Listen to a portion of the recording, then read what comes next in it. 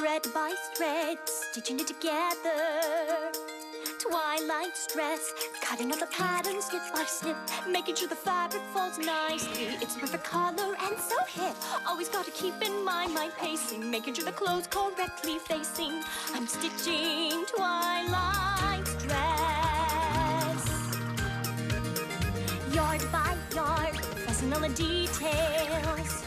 Jewel neckline, don't you know a stitch in time saves 9? Make her something perfect to inspire, even though she hates formal attire. Gotta mind those intimate details, even though she's more concerned with sales. It's Applejack's new dress.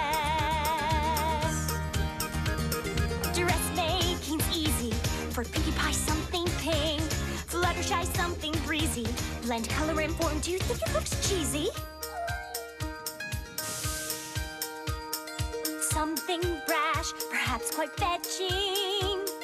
Hook and eye, couldn't you just simply dive? Making sure it fits for lock and crest. Don't forget some magic in the dress, even though it rides high on the flank. Rainbow won't look like a tank. I'm stitching Rainbow's dress.